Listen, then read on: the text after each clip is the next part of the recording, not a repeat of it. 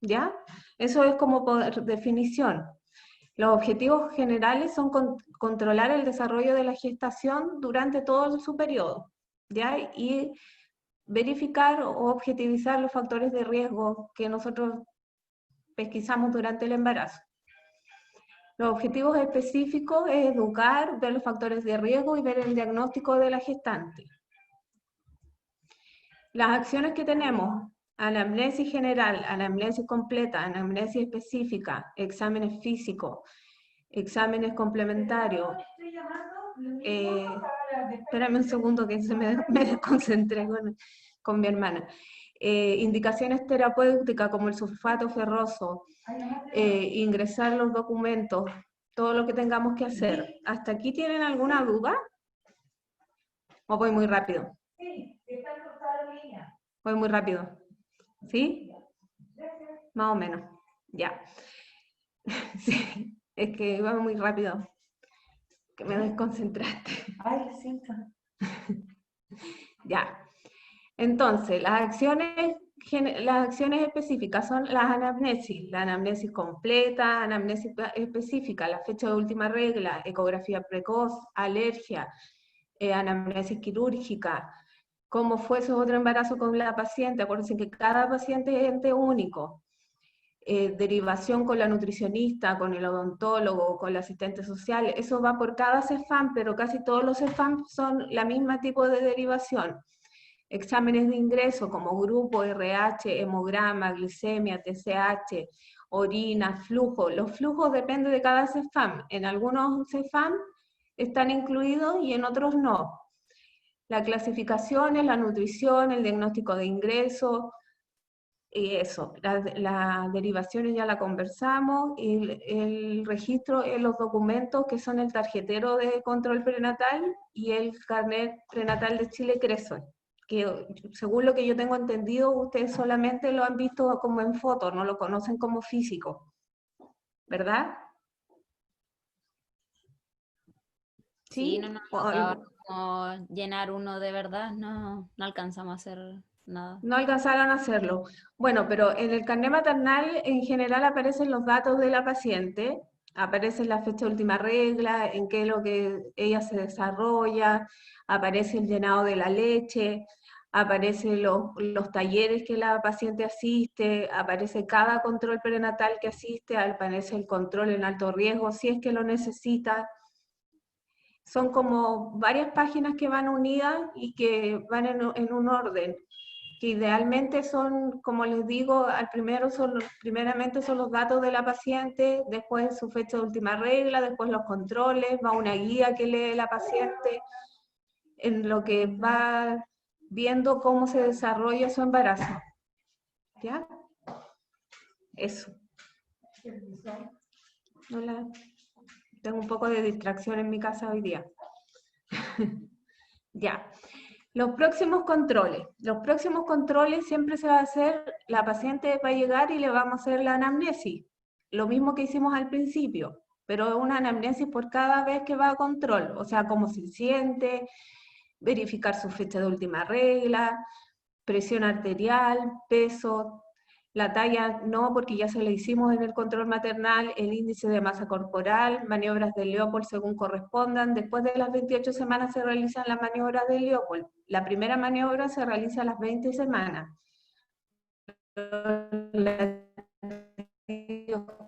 Cardiofetales y los exámenes complementarios. ¿Ok? No, más adelante. La frecuencia de los controles maternales. La frecuencia de los controles maternales son cada 4 semanas hasta las 28 semanas de embarazo, después cada 2 semanas hasta las 36 semanas y a partir de las 36 semanas, una semanal hasta el minuto del parto, ya sea parto vaginal o parto por cesárea. ¿Ya? ¿Hasta ahí vamos bien? Sí, profe. ¿Sí? ¿Sí? Sí, ¿Tienen alguna profesora, duda? ¿Sí? si esta frecuencia de los controles también aplica para el CEFAM. Sí, para los CEFAM. Ya, Sí. Esta frecuencia de controles para gracias. los CEFAM. ¿Ya? Obviamente ahora, como vamos a hablar más adelante, según el COVID, la frecuencia de los controles se ha ido difiriendo un poco, pero solamente por la contingencia. ¿Ok? Ya, profe. Las acciones a seguir en el próximo control. Examen general, examen ginecobstétrico si amerita, o obstétrico, más que nada, verificar la ecografía, las ecografías que trae la paciente, los exámenes complementarios, derivación, incluir el sulfato ferroso, que ya lo conversamos, el calcio a partir de las 16 semanas, y derivar a pacientes a nivel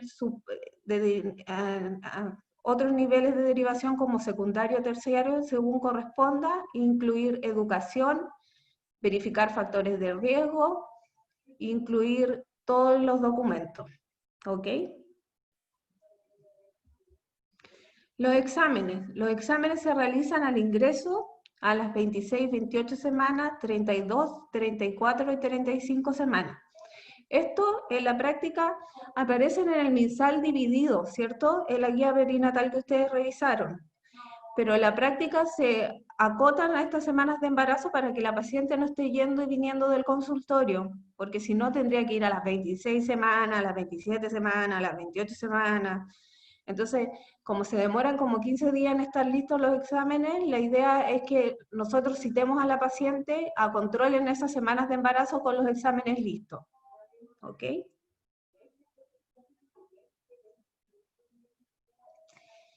Ahí aparece una lista con los exámenes que yo se los envié para que los pudieran revisar. ¿Tienen alguna duda de cuándo se toman los exámenes? ¿O en qué condiciones se toman los exámenes?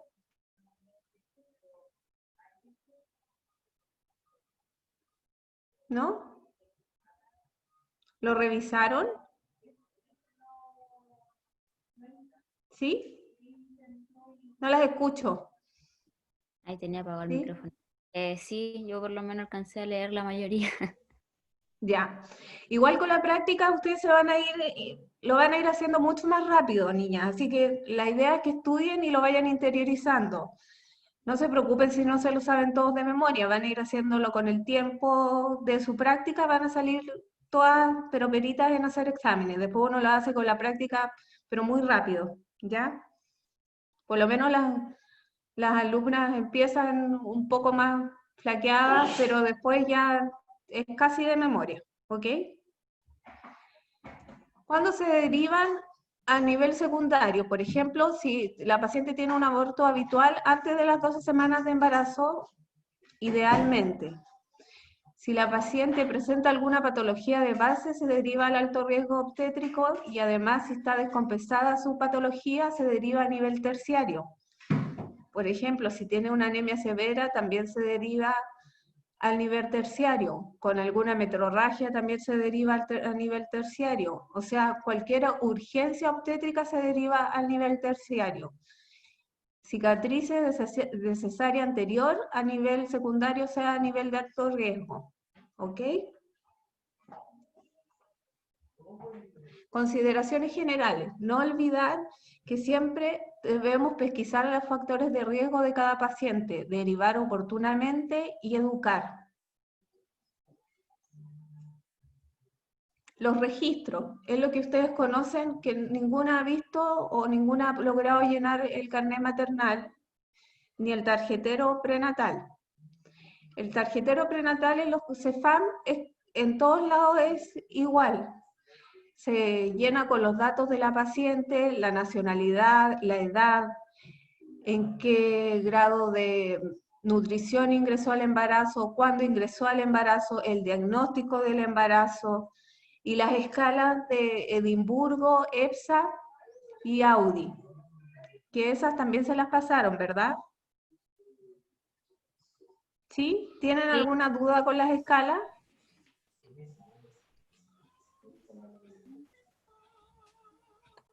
¿No? ¿Segura? Por ejemplo, en la de EPSA, ¿cómo se define la derivación? ¿Saben? No me ¿No? acuerdo. Pero en el No laboratorio. se No me acuerden. acuerdo tampoco. Por ejemplo, si la paciente, yo acá tengo la escala de EFSA, y la escala de EFSA bueno, es esta, no sé si la alcanzan a ver, ¿ya? Pero aparecen varios datos de la paciente, y por ejemplo, dice conflicto con la maternidad, insuficiente apoyo social o familiar. Si la paciente presenta 3 factores de riesgo o más, se deriva. ¿Para qué? Para que le hagan visita domiciliaria. ¿Ya? Eso es importante saber. ¿Ok? En Chile Crece. Chile Crece Contigo es una entidad relativamente nueva que al ingreso de la paciente se le entrega todo el ajuar y todo lo que incluye en los documentos y entrega de su carnet prenatal. En Chile Crece Contigo, lo importante es, aparte de hacerle el ingreso y entregarle todo lo que la paciente necesita, es incluirlo en los documentos que van a través del sistema, que es un sistema computacional. ¿Qué se llena? El primer control de la gestante y el registro de cada contacto. O sea, cada vez que la gestante va a control se vuelve a llenar este papel. El EFSA, que es el que hablábamos recién, es al ingreso y en el tercer trimestre. En la práctica generalmente se hace solo en el ingreso, pero idealmente se debería hacer al ingreso y al tercer trimestre. ¿Sí? ¿Niños tienen alguna duda o voy muy rápido?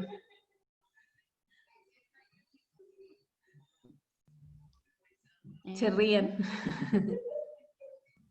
No, profe, va bien. Profe, ¿cómo dijo que el EPSA era al principio y al tercer Y trimestre, al no? tercer trimestre, claro, eso idealmente.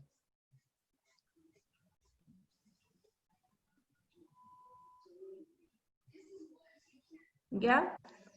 Como le digo, se le entrega un ajuar, se le entrega el carnet, se le aplican las pautas y se hace el ingreso al sistema. Y cada vez que la paciente se registra el contacto de la paciente, que es lo que veíamos acá, la identificación del centro de salud, cuando fue a control, cómo estaba la paciente cuando fue a control, para ver si necesita o no visita domiciliaria.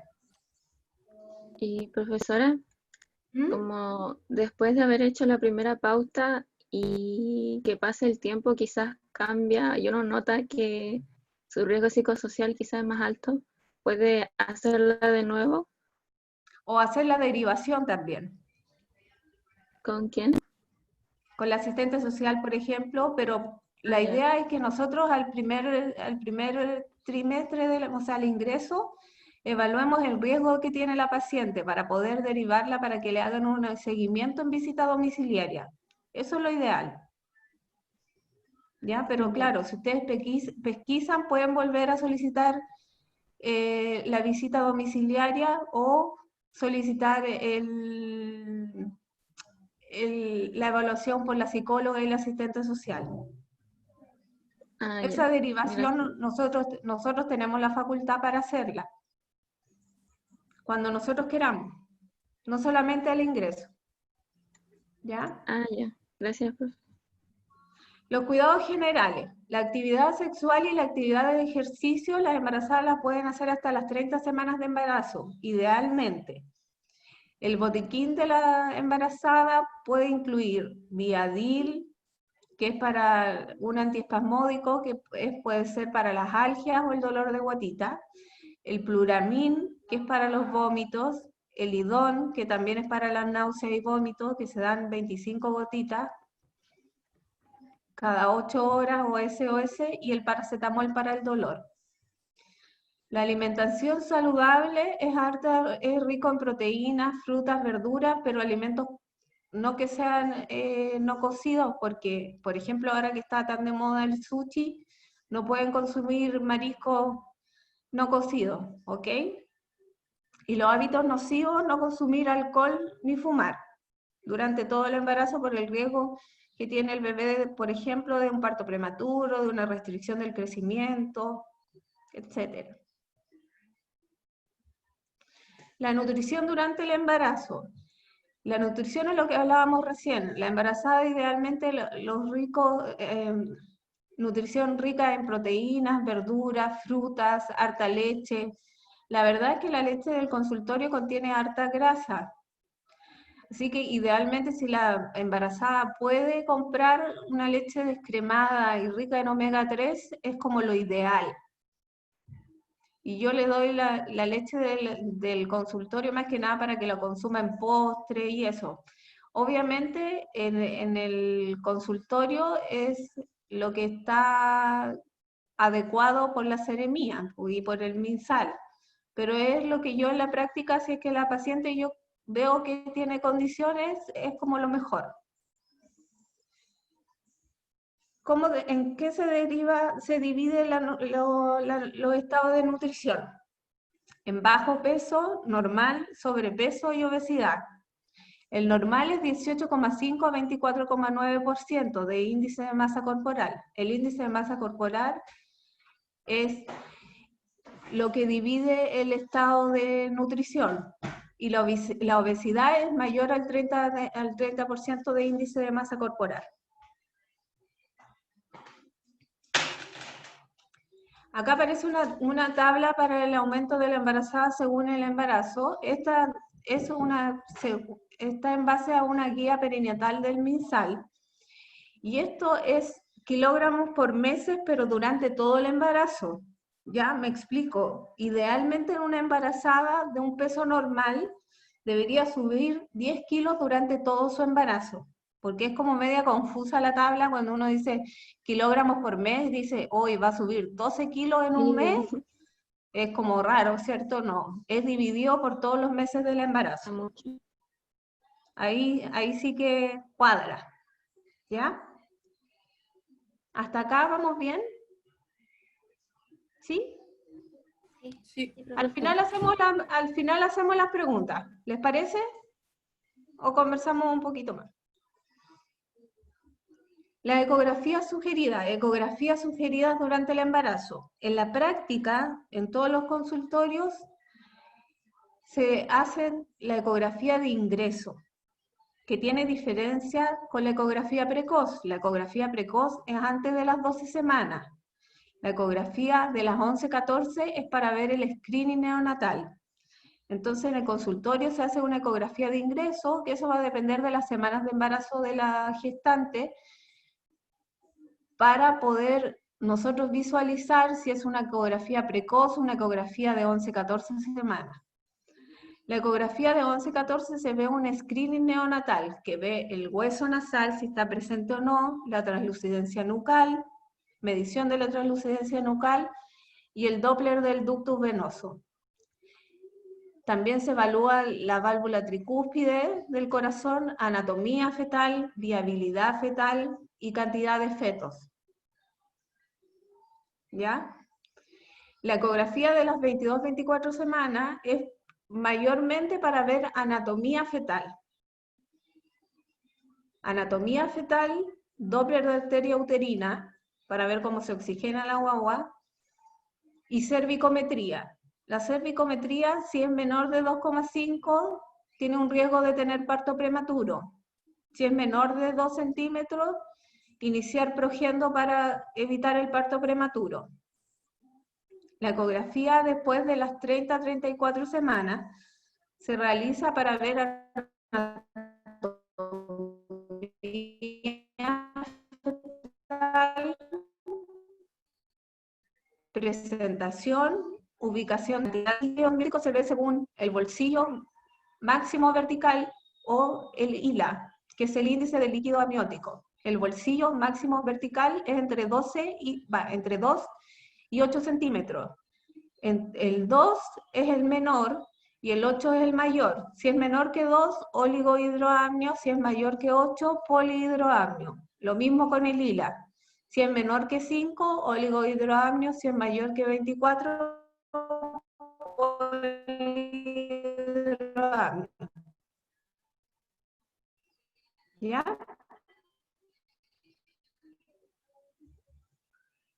Son la embarazada se puede acomodar durante su jornada laboral si es que esta jornada es muy pesada, como por ejemplo en las personas que están mucho tiempo de pie, nosotros estamos facultadas para entregar certificados que se puedan cambiar de jornada laboral o de tipo de jornada.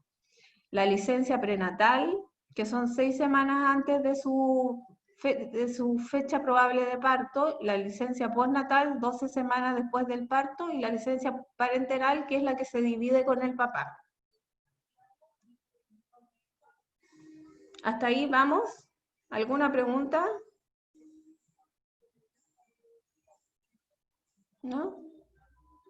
Ah, profe, yo que tenía una duda con lo del fuero materno, que dice Dígame. que incluye el postnatal, ¿cierto? Sí, O sea que va a depender de, de la no sé si, fecha que tuviste la guagua. ya. ¿Y ese en cuánto tiempo era Son 2 años. El fuero maternal son 2 años. Ya, ya, profe.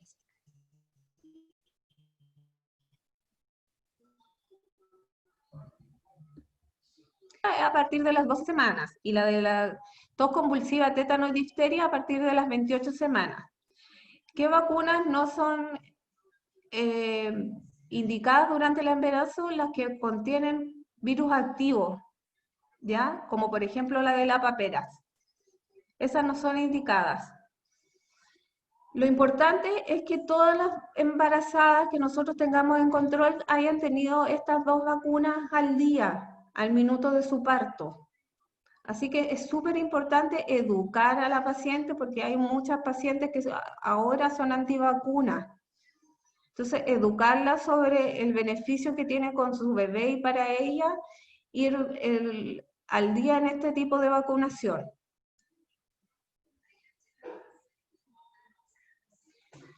El nuevo y querido COVID-19. El COVID-19 es una enfermedad respiratoria que es altamente contagiable. Por lo tanto, en los CEFAM, ¿qué es lo que se está haciendo? Se está haciendo un filtro, en algunos CEFAM con un solo filtro, en otros CEFAM 2 filtros. ¿Qué es lo que hace cuando se va a atender a la paciente? Se le pregunta a la paciente si ha tenido fiebre, si ha estado en contacto con el COVID y si presenta algún síntoma. Dependiendo de eso, ingresa a control con nosotros o se deriva a la parte respiratoria para que le hagan el examen. ¿Cómo se realiza la atención? Se realiza con un ingreso abreviado, que los ingresos en general duran 1 hora y media y el ingreso abreviado dura 45 minutos. ¿Ok? Y los controles, los próximos controles son entre las 24 y las 28 semanas, el segundo control, después de las 35 semanas, y esos 3 controles por el minuto se están haciendo o sea, esos 3 tipos de controles se están haciendo en los CEFAM, por la contingencia del COVID, solo por la contingencia, hasta que esto pase. ¿Cómo debemos realizarlo? Debemos realizarlo con la EPP correspondiente, que son mínimo una mascarilla, el escudo facial, los delantales y los guantes, por cada paciente. Eso también depende de cada CEFAM. Hay algunos CEFAM que tienen más implementos que otros, pero eso es lo mínimo que deberíamos tener para poder atender a nuestras pacientes embarazadas. Eso es, chiquilla. Entonces ahora vamos a las dudas que tengan para que podamos conversar un poquito más si tienen alguna duda de lo que conversamos. Profe mencionó en el botiquín maternal el Viadil, el Idón, el paracetamol y ¿cuál era para las náuseas? El Pluramin. Duramin. Ya. Gracias. Pluramin. Para que lo puedan buscar. Ya.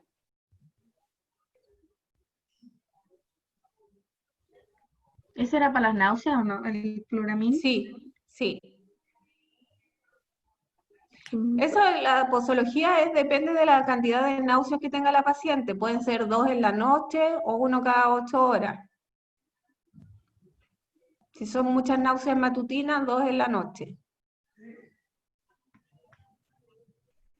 Profe, ¿cuándo se derivaba a visita domiciliaria cuando se hacía el EPSA?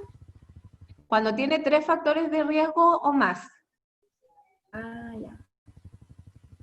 De los que leímos, Por ejemplo, si la paciente tiene conflicto con la maternidad, síntomas depresivos, uso de abuso de sustancias, ya tiene 3 factores de riesgo.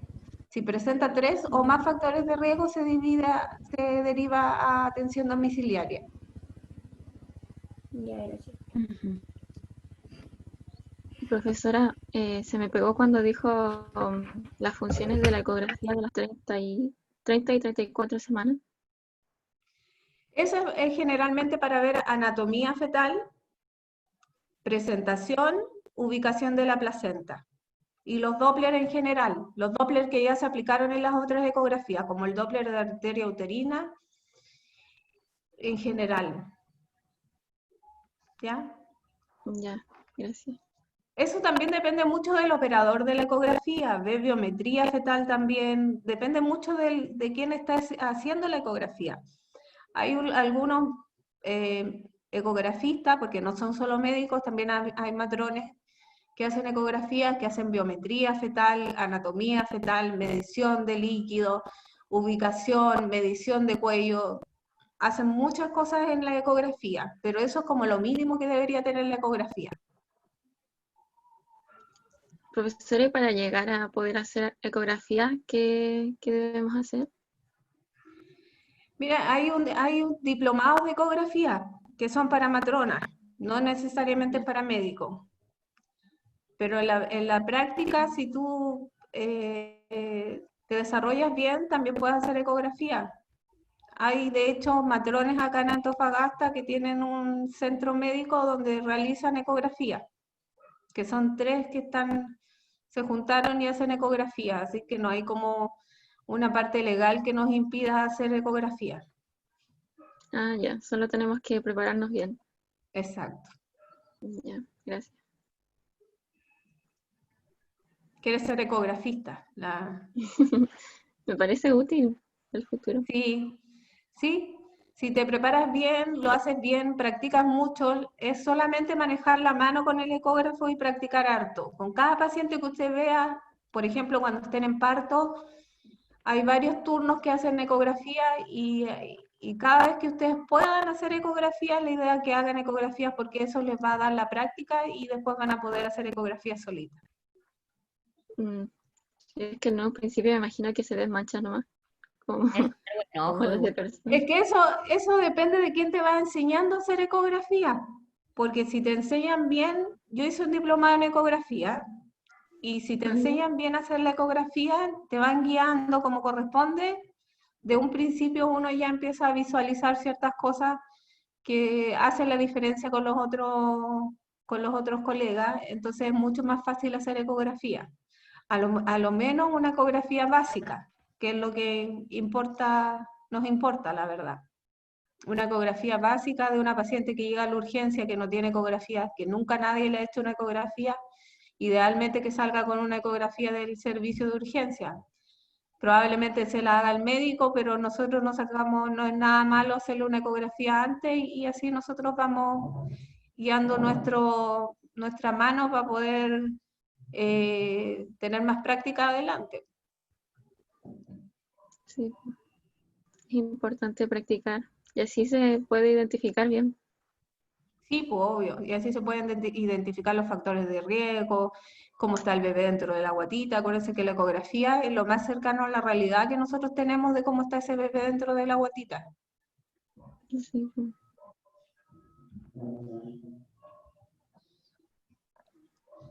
¿Algo más de lo que quieran conversar? Profe, yo la vacunación, una es la influenza y la otra, ¿cuál era? Contra la tos convulsiva, la difteria y el tétano.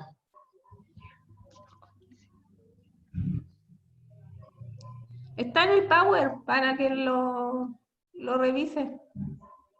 Ah, ya.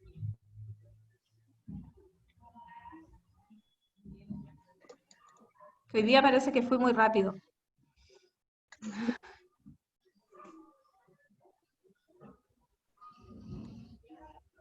¿Y las otras niñas no tienen, nadie tiene alguna consulta? Profe, ¿me escucha? ¿Sí? Yo tengo una duda, la ecografía precoz, ¿Cuándo se hacía? La ecografía precoz es antes de las 12 semanas de embarazo. Ya, gracias.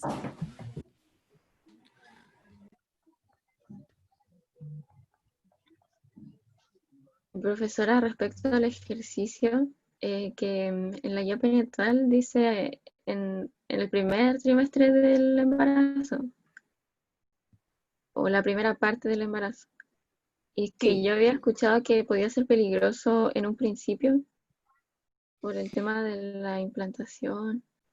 No, pero eso depende de cada paciente. Por ejemplo, si la paciente tiene factores de riesgo de abortos habituales, idealmente que la paciente haga ejercicios de bajo impacto, pero no que no pueda hacer ejercicio. De hecho, está indicado hacer ejercicio por el tema del peso, que nos lleva, si aumenta mucho de peso, llevan a patologías que van asociadas al aumento de peso. Entonces, la idea es que la paciente haga ejercicios de bajo impacto, como yoga, pilates, ese tipo de cosas. Por eso que en los CEFAM se hacen los talleres para que la paciente pueda ir y se pueda educar también de lo que puede o no puede hacer. No es que la paciente, por ejemplo, salga a andar en bicicleta, no es que no pueda salir a andar en bicicleta, sino que el riesgo es que la paciente se caiga de la bicicleta. Ya.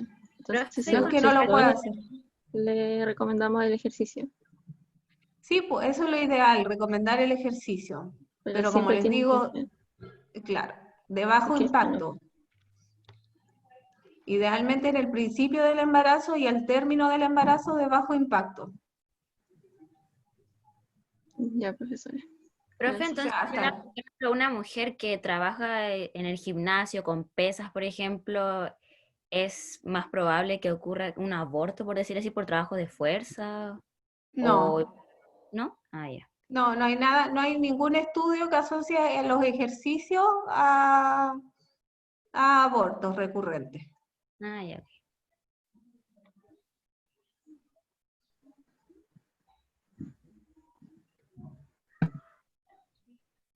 Entonces, la actividad física puede ser ahí así hasta las 30 semanas nomás. Sí, pues hasta las 30 semanas idealmente. Por eso que dice la guía, como decía su compañera, que hasta o sea, hasta el principio del tercer trimestre. Ya. Ahora, si la paciente habitualmente hace ejercicio, ella va a seguir haciendo ejercicio y no le va no le va a complicar seguir haciendo ejercicio hasta las 34 o 36 semanas. De hecho, hay pacientes que llegan haciendo yoga hasta el final de su embarazo o preparándose para su parto, haciendo yoga y pilates. No les incomoda, no empiezas con contracciones, siguen en su periodo de gestación normal, completamente fisiológico. Gracias, profe. ¿Qué más leyeron? A ver, ¿de qué más quieren conversar?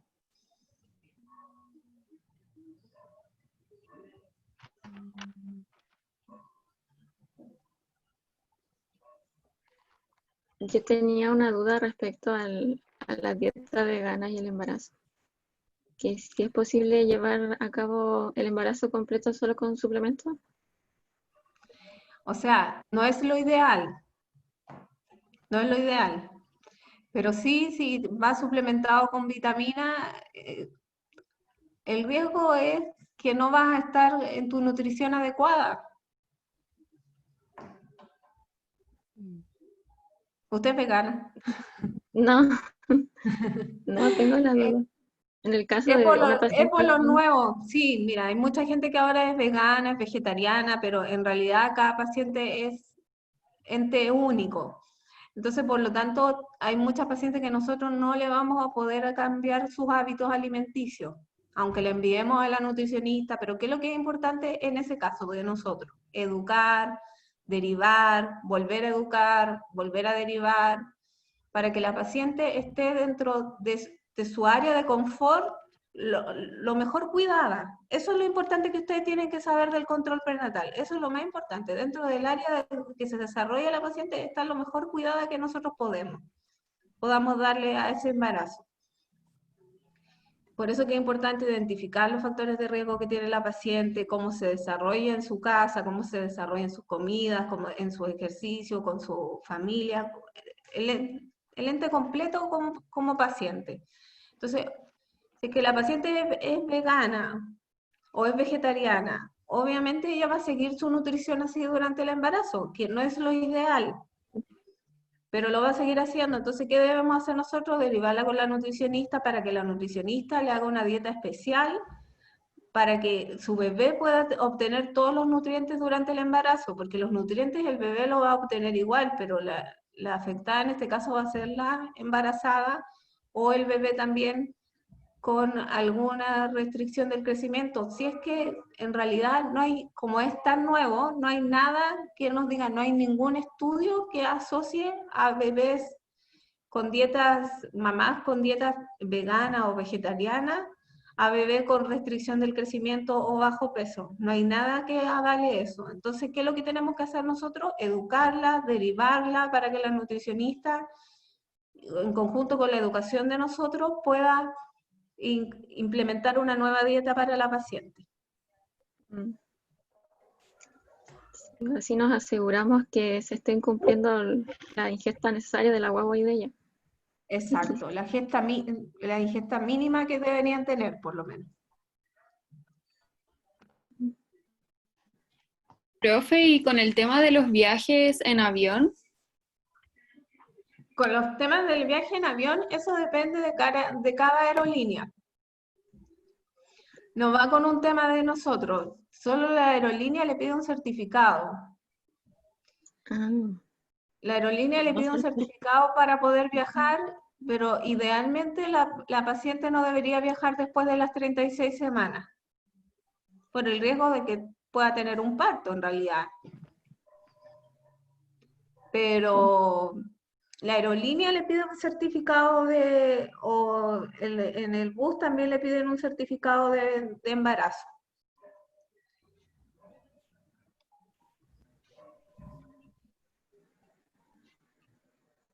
Profe, tenía una consulta porque mi prima tuvo un embarazo y hasta las últimas iba a ser parto normal.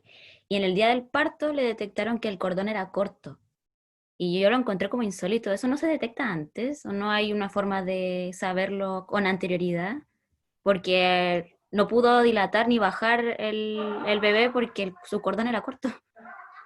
Pero Entonces, es que es como raro el diagnóstico, porque de un cordón corto generalmente se hace el diagnóstico uno puede sospechar que tiene un cordón corto por un monitoreo fetal, sí, pues. porque cada vez que la paciente tiene una contracción, los latidos tienden a ser como una pequeña baja, son unos tironcitos que uno le llama, pero en el minuto propio del parto es cuando se hace el diagnóstico efectivo. Ahora, si tú me dices que tenía una doble circular o que tenía una circular, esos diagnósticos se hacen a través de ecografía. Ah, ya sé, lo que le pasó es que él no bajaba, nunca bajó y tuvieron que hacerle cesárea de emergencia, entonces a mí me Es que, pareció muy... es que fue lo más probable es que en el minuto del parto se dieron cuenta que tenía el cordón corto, porque no bajaba, y después que tuvo la guagua se dieron cuenta que el cordón era cortito, porque cuando nace el bebé, uno más o menos, no es que lo mida con una wincha, pero uno más o menos ve cuánto mide el cordón y se da cuenta cuando sale la guagua, uno recibe al bebé, se da cuenta si el cordón era corto o una brevedad real de cordón. Y generalmente cuando tienen cordones cortos o vienen con doble circular, acusan en los monitoreos fetal. Entonces quizás fue por un mal monitoreo, quizás, porque Exacto, iba derecho al parto normal. o monitoreos insatisfactorios, monitoreos que no están satisfactorios también pueden ser, y al minuto del parto se dan cuenta de que realmente era un cordón corto y que por eso el bebé no bajaba. Si las guaguas son pero súper habilosas y reclaman al tiro, cuando son cordones cortos o vienen con doble circular, independiente que no tengan ecografías anteriores, se ve en los monitoreos, se identifica. y en el minuto del parto también. Así que lo más probable es que eso le haya pasado a tu prima en el minuto del parto. Ya, profe, gracias.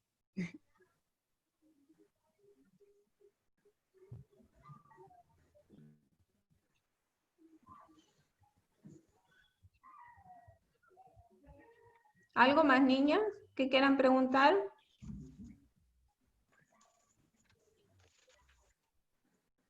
Mm,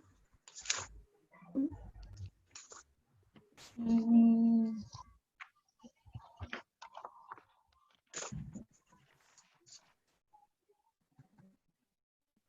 No, profe.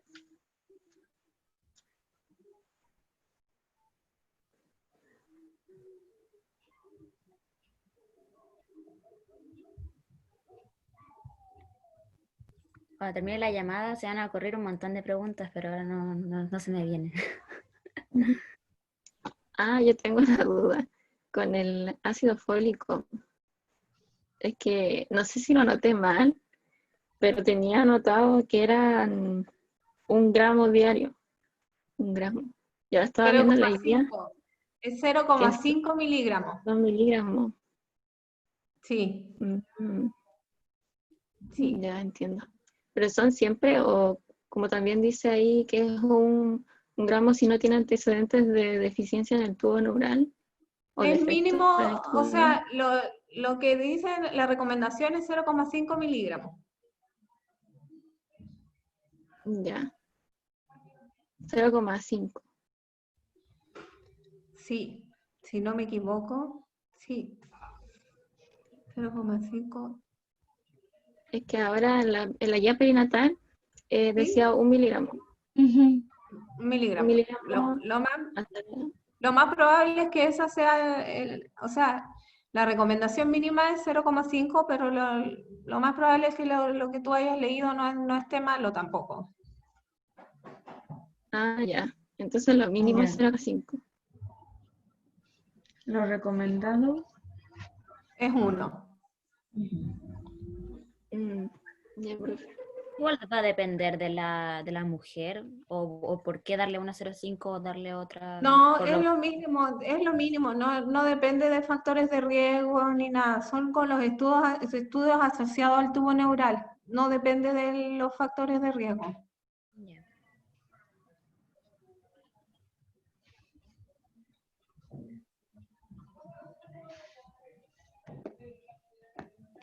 Perdón, no es 0,5, son 5. Son 5 y 1. Mm, Ah, ya. Uno 5 entonces. miligramos. Sí, son 5 y 1. No son 0,5, es 5 y 1. Ahí sí. Sí, gracias.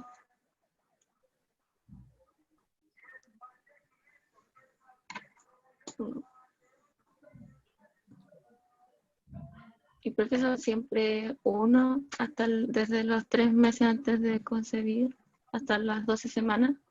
Sí, siempre la misma dosis hasta las 12 semanas, no se cambia según las semanas de embarazo. Ah, ya. Gracias.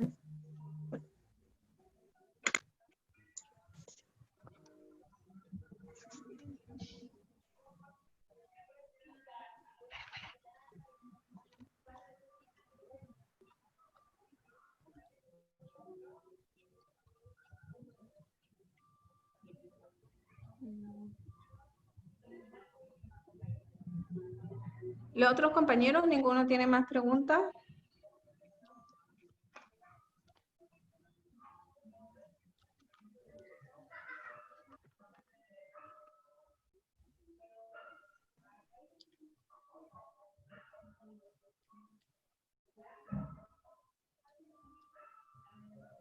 Están ahí.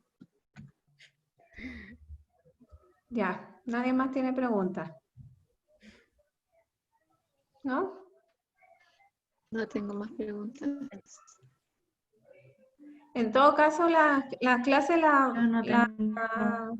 van a quedar en el Moodle, Pero- por si las quieren revisar.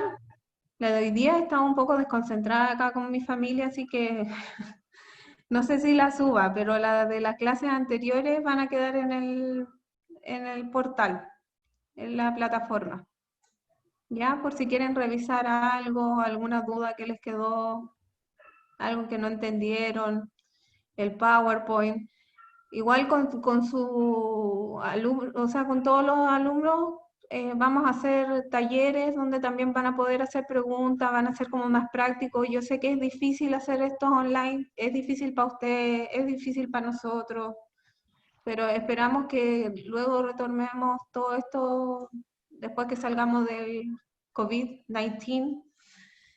Podamos hacer las prácticas y poder llegar a buen puerto para todos en realidad, porque la idea es de nosotros como profe no es que ustedes salgan mal en esto, sino que salgan lo más beneficiados posible. Como les digo, es difícil hacerlo online para ustedes, para nosotros, pero ya esperando que con esto sea una ayuda para ustedes, nosotros podamos ingresar a las prácticas con algo más avanzado, a las prácticas y a los talleres en realidad, porque los talleres igual se van a realizar, Ya, ¿sí? sí. Profesora, igual sería bueno que subiera a la clase para poder registrar las consultas que tuvimos. Ya, sí. Igual la voy a subir, aunque como le digo, estuve un poco desconcentrada acá con mi familia. Nosotros nomás Sí, la... no se preocupe. Fue un día de locos parece en mi casa. Los otros días habían sido más tranquilos. Y eso que no están o sea, están mis hijas chicas en sus piezas. Pero llegué muy rápido del trabajo, así como muy, por eso que empecé como acelerada, como rápido. Así que igual les pido disculpas por eso. Si no estuve muy concentrada al principio. No se Espero preocupe. que les haya ayudado en algo lo que hemos conversado, que les haya quedado más claro, que les pueda servir para más adelante. Cualquier duda que tengan, niñas, no duden siempre en consultar, es mejor preguntar. No se olviden que están tratando con vida, eso es lo más importante de nuestra profesión. ¿Ya? Sí, profe. Lo se entendió bien, no se preocupe. Sí. Sí, ¿Ah? ya había Se leído. entendió bien su clase. Así que las dejo para que descansen en un día jueves, antes del viernes, que necesitamos descansar, así que... Y vienen de clase, me imagino, ¿no? ¿Venían de clase? ¿De otra clase de internet? Yo no. No, No, no no, tuvimos no clase tenía hoy día. ¿Por qué no tuvieron clase? ¿Nos mandaron un horario que tenían clase?